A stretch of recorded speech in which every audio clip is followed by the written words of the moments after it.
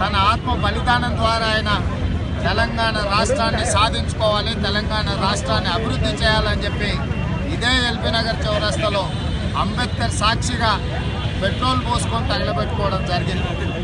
అయితే 29 నవంబర్ రోజు పెట్రోల్ పోసుకొని తగలబెట్టుకున్న శ్రీకాంతాచారి డిసెంబర్ 3 నాడు అమరవీరుడు అవ్వడం జరిగింది.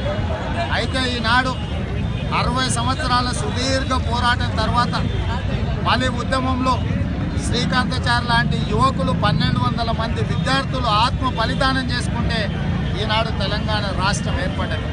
తెలంగాణ రాష్ట్రం వస్తే తమ బ్రతుకులు బాగుపడతాయి, తెలంగాణ అభివృద్ధి చెందుతుంది, చదువుకున్న ప్రతి యువకుడికి నిరుద్యోగ యువకులకు ఉద్యోగం వస్తుంది, అదేవిధంగా ఉచిత విద్యను రాష్ట్ర ప్రభుత్వాలు అందిస్తాయని చెప్పి ఆనాడు విద్యార్థులు ఆశించడం జరిగింది.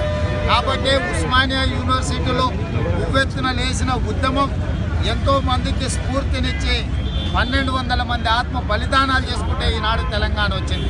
అయితే వచ్చిన తెలంగాణలో ఈ 1200 మంది మలి ఉద్యమంలో ఆత్మ బలిదానాలు చేసుకున్న అమరవీరులకు కానీ 69లో మొదటి ఉద్యమంలో అమరవీరులైన 369 మందిని మొత్తం 1569 మంది అమరవీరుల కుటుంబాలను గుర్తించి ప్రతి కుటుంబానికి 10 లక్షల రూపాయల నష్టపరిహారం ఇస్తాం, ప్రతి వాడికి 3 ఎకరాల భూమి ఇస్తాం, డబుల్ బెడ్రూమ్ ఇల్లు ఇస్తాం, ప్రతి కుటుంబానికి ఒక ప్రభుత్వ ఉద్యోగం ఇస్తామని చెప్పి ఏర్పడ్డ మొట్టమొదటి శాసనసభ సమావేశంలో ఈ రాష్ట్ర ముఖ్యమంత్రి గారు తీర్మానాన్ని ప్రవేశపెట్టడం జరిగింది. నిజంగా అమరవీరుల కుటుంబాలను ఆదుకోవాలని చెప్పి ఆనాడు తెలుగుదేశం పార్టీ మిగతా రాజకీయ పార్టీలు అన్నీ కూడా ఏకగ్రీవంగా శాసనసభలో ఆ తీర్మానాన్ని ఆమోదం చేయడం జరిగింది. కానీ 2.5 సంవత్సరాలైన ఇప్పటి వరకు రాష్ట్ర ప్రభుత్వం 500 అమరవీరుల కుటుంబాలను కూడా గుర్తించలేదు. ఈ 500 కుటుంబాలకు కూడా 10 లక్షల రూపాయలు మాత్రమే నష్టపరిహారం ఇచ్చిండ్రు తప్ప ఏ కుటుంబానికి కూడా ఉద్యోగాలు ఇవ్వలేదు, 3 ఎకరాల భూమి ఇవ్వలేదు, డబుల్ బెడ్రూమ్ ఇల్లు ఇవ్వలేదు. కనీసం అమరవీరుల కుటుంబాలను గౌరవించే సంస్కృతి కూడా ఈ రాష్ట్ర ముఖ్యమంత్రి గారికి టీఆర్ఎస్ పార్టీకి లేదు.